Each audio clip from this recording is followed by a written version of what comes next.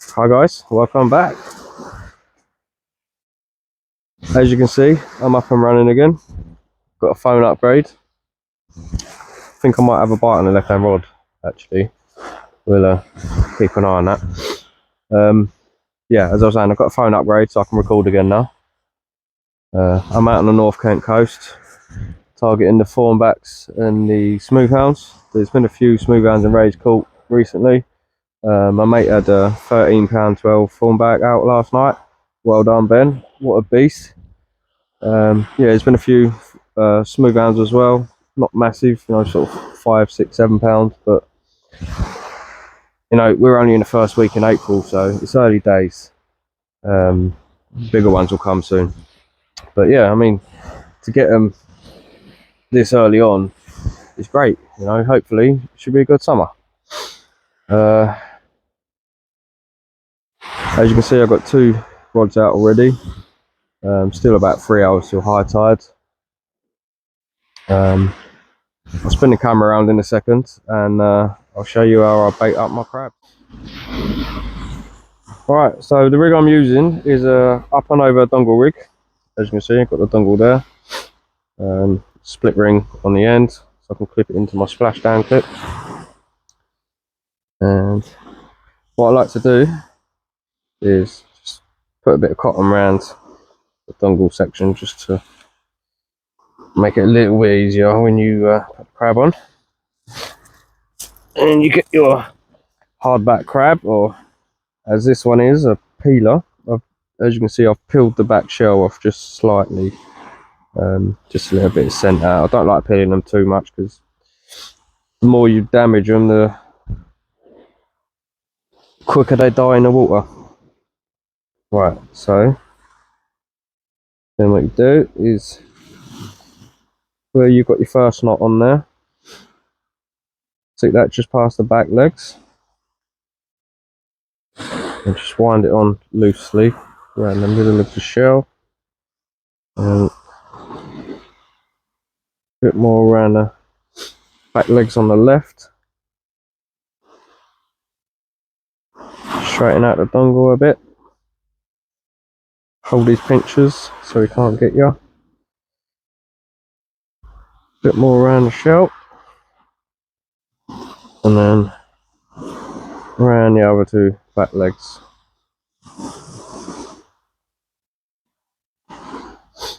Now I only do the back legs and I leave the top legs and the pinchers, because that way you can walk around on the seabed, so it's all natural. Now a lot of people, not knocking anybody that does it, everybody's got their own technique and their own ways, but a lot of people will peel the shell off of this peeler to get as much scent out as possible. But as I said, I like to keep all my crabs alive. It's more natural. So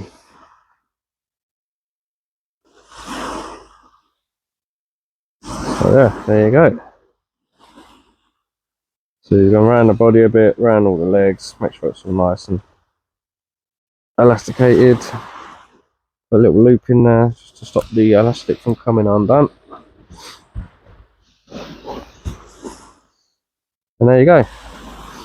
So as you can see, got your pinchers, 2 front legs either side, plenty of movement there. So as he's sitting on the seabed there, obviously you've got the hook exposed there. So I don't know if he's going to walk, but as you can see, when he's in the water, he can walk around as much as he likes. And it's all natural for the fish. That's at the end of the day, that's what they're going for when they're out there. This is what they're eating. Live crabs. They're not eating crabs that are peeled completely, Like I said, people do really well on peelers, when they just peel the shell off. Plenty of scent out there, but the trouble with that is you can have other pesky fish or even other crabs that will eat that peeler, when you've got a bare hook, you're not going to get a bite on it.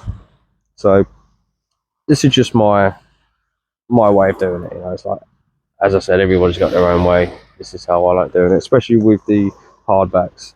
Now with the hardbacks, I've left them out there for a good hour before, you know, reel them in and they're still alive, because you're not putting a hook or anything through the body, you know, you're not harming it in any way, so it keeps it alive as long as possible.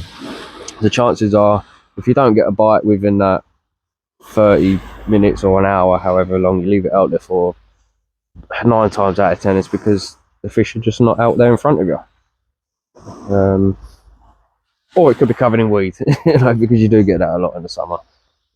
If the bait's covered in weeds, fish can't get it. You know how it is.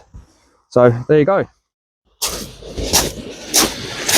Just gonna reel this one in and see if I did have a bite on it earlier. Line seems to have gone left a little bit, but I don't know if it's a tide or not.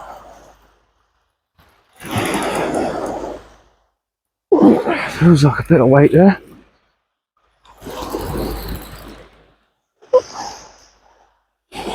Could be a ray just sitting on it.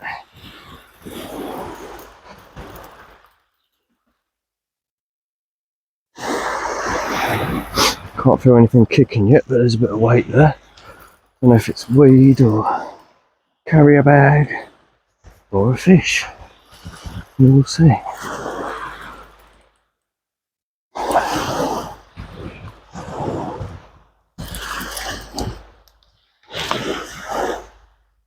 Seems to be a bit of weed up the line, so it could be weed.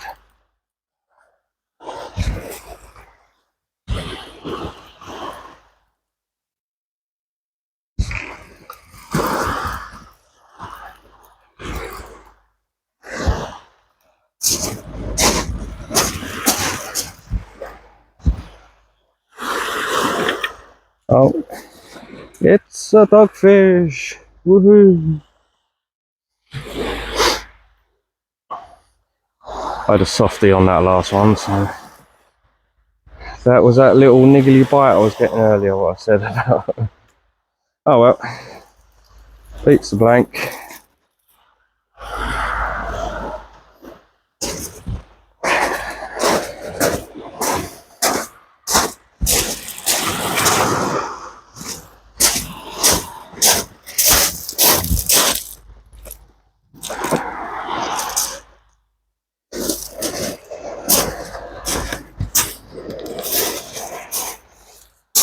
Uncook that.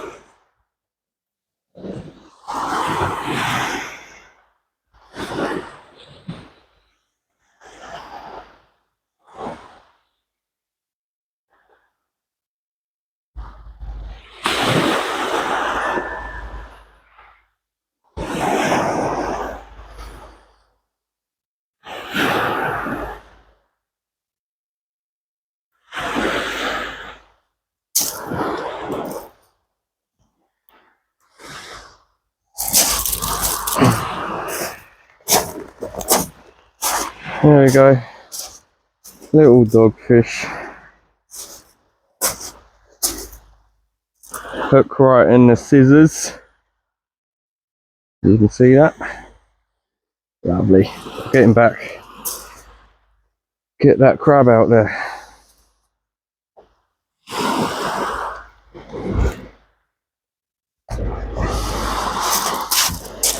Right, just reeled in the other one. And had a doggy on that as well. So that's a doggy on each rod on the first 2 casts. I'm gonna get this one back out, but I'll put a bit of squid on that one. Again, up and over rig.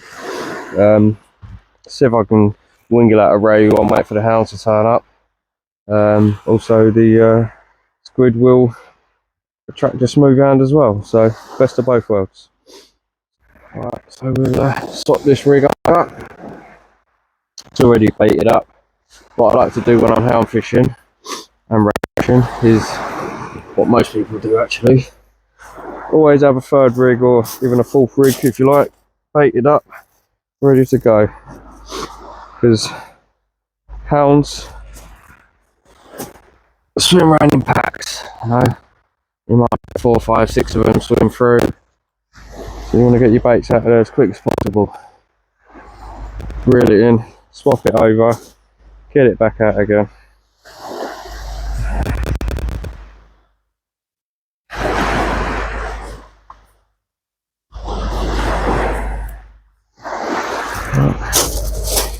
Get it out there.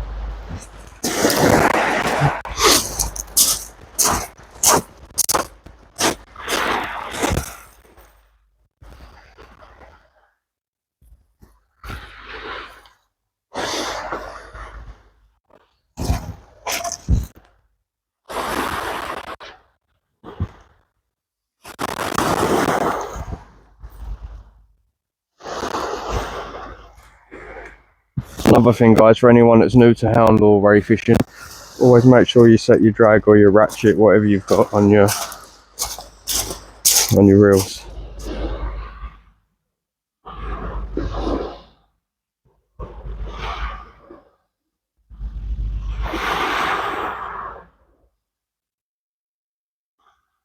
There you go, guys, there's a bite on the right hand rod.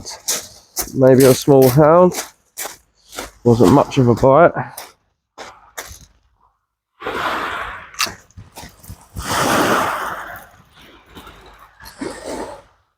It's gone over the other line.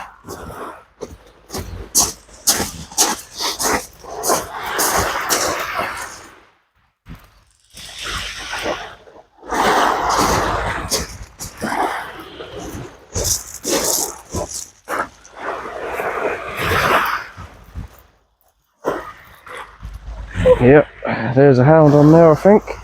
Small one. See it flapping around in the water.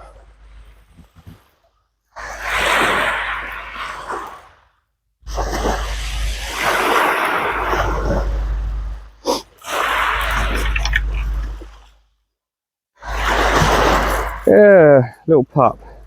First one of the year, that'll do.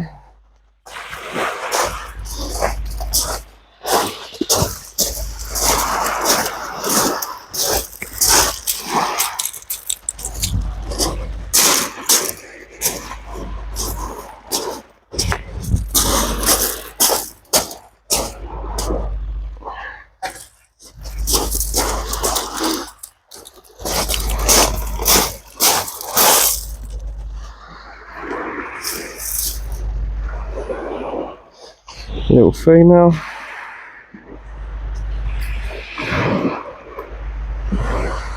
Nicely lip hooked. I won't bother weighing it. Obviously, it's only a tiny one, but there you go. Nice little common female smooth hound. There you go. I'll get it back. Cheers, guys.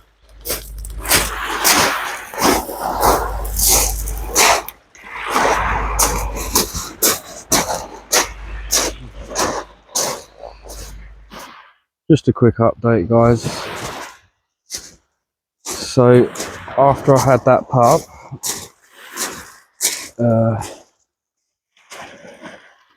I had another couple of dogfish. That's what, 4 in total. Switched over to hardbacks on both. Stopped targeting the rays because just seems to be a lot of dogfish out there. But then it went quiet, so must have been a small little pack of hounds that swam through. I was lucky enough to pick up a little one. It's what, half hour into the ebb now, so I'm going to put fresh baits out there and hopefully do another little run of hounds turn up.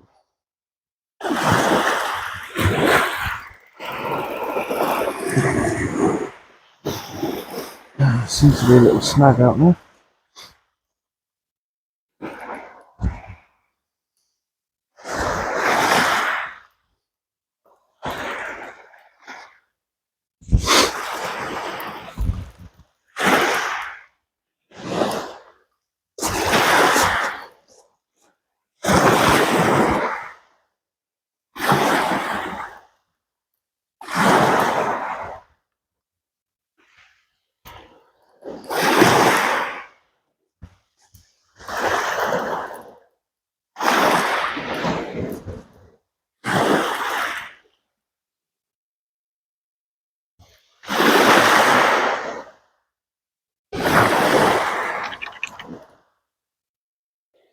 A little bit of weed, no fish.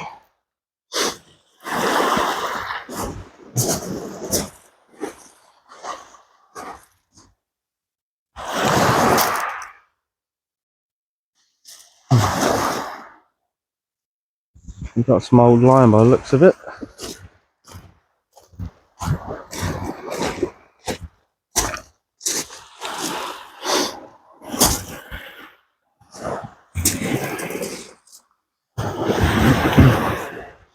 Right, I'm going to get these baits changed. If I get anything else, I'll bring you back. Right guys, I'm going to pack up. I fished a couple of hours of the ebb, not a single bite. Can't have been that many hounds around tonight, but as I said, it's early days, you know, there's not going to be loads of them around anyway this time of year. But yeah, I mean, I've got a little pup. It's a start to the hound season. So yeah, give it a few weeks. This stretch of coastline will be rammed with hounds, so hopefully it'll be a good summer. I don't think I'll be out again over the next 10 days because I'm off to Scotland with Ben. Probably save some diesel, you know, unless it comes alive with hounds over the next 10 days. I'll probably just stay at home, get prepared for the Scotland trip. So yeah, look out for that one. Hopefully we'll get into some decent fish. Yeah, so if not, then I'll see you on that one. Thanks for watching. Cheers guys.